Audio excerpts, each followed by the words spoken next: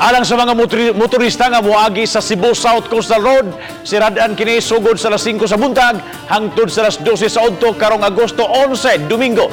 Mga delivery trucks nga giawhag nga mosayo baka aron na inighuman na ka sa dakong sport event nga Ironman nga moagi sa Mundapit. Si Chona Carion sa report.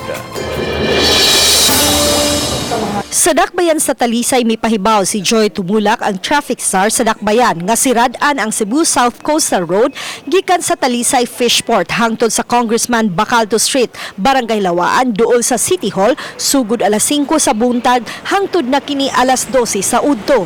Kini human nga ang Dakbayan nalakip sa bike route sa ipahigayong Ironman karong adlawng Domingo. Hinuon buksan na usab dayon human matapos ang bike race. Nato ang hagon ang kining ato ang mga delivery o katong mga dagkong trucks nga mag-deliver.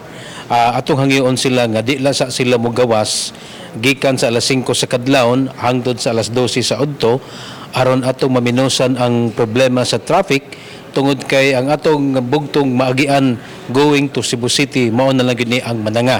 Gipaabot nga magdasok ang dagan sa trapiko sa Mananga, gumikan kay adtong tanan mangagi ang mga sakyanan. Hinuon ablihan ang wa pa mahuman nga Mananga Bridge 2 sud sa duha ka adlaw Agosto 10 ug 11 apan sirad-an ra kini pagbalik ining human sa Ironman.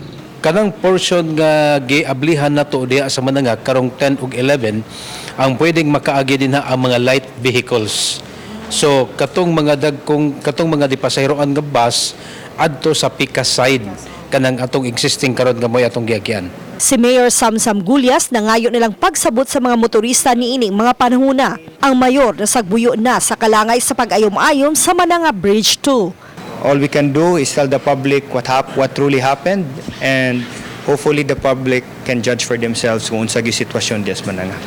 Uban ni Godfrey Rillen, Chona Carion, Balitang Bisdak.